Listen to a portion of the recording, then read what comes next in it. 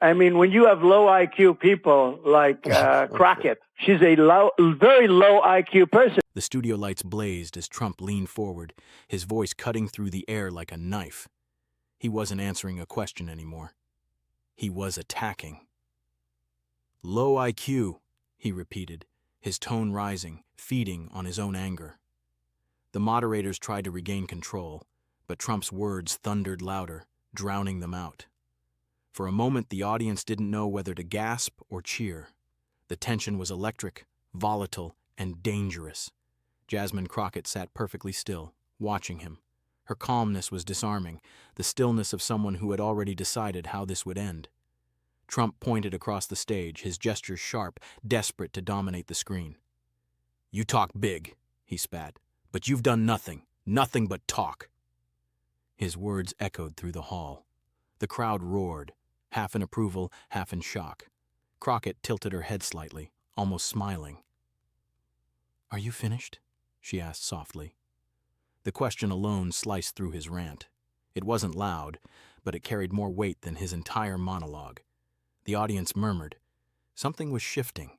Trump, suddenly aware of the silence, blinked. The cameras zoomed closer, capturing the exact second when bluster began to look like fear. Listen, Donald Trump is a piece of shit. Okay, we know that.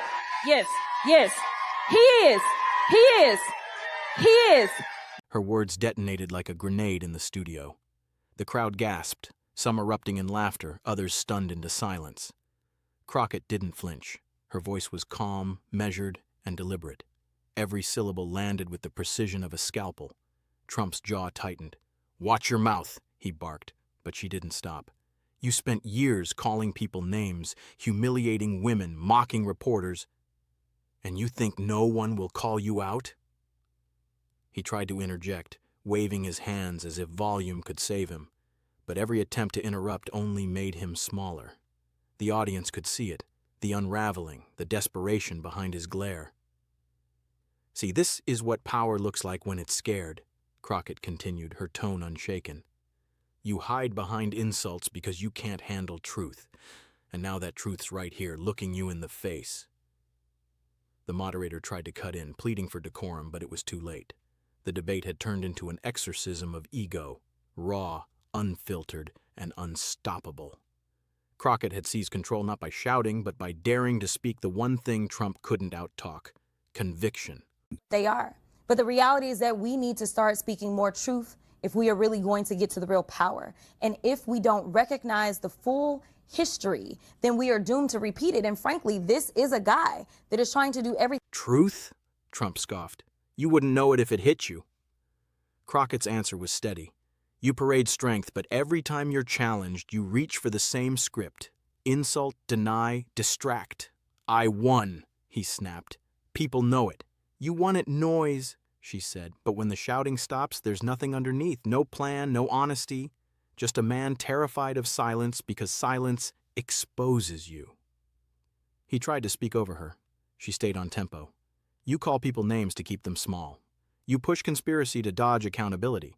And when the country asks for clarity, you throw a tantrum on live television and call it leadership." Trump laughed, but it rang hollow.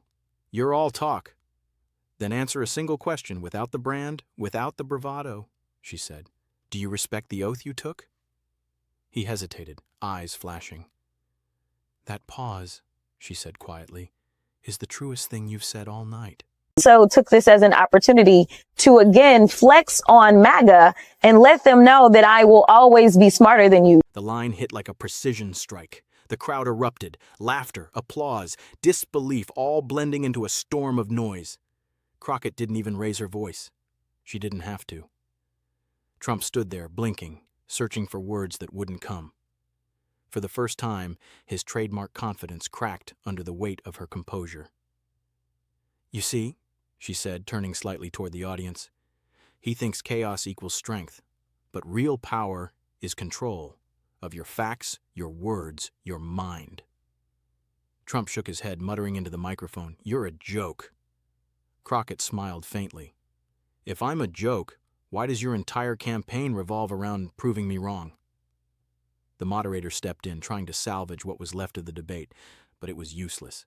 Trump was red-faced, pacing, mumbling half-sentences that stumbled into nothing. Meanwhile, Crockett stood still, the calm center of the storm she'd created. Every second he ranted made her silence louder, stronger, undeniable. The moment was live, unedited, and irreversible. Millions were watching, and everyone could feel it. Something had just shifted on national television. The words were soft but final, a whisper that silenced the entire room. Trump froze. Cameras caught the exact instant the smirk faded from his face. Crockett leaned forward just slightly. That's all this ever was, noise covering failure. No more shouting, no more back and forth, just the quiet weight of truth hanging in the air.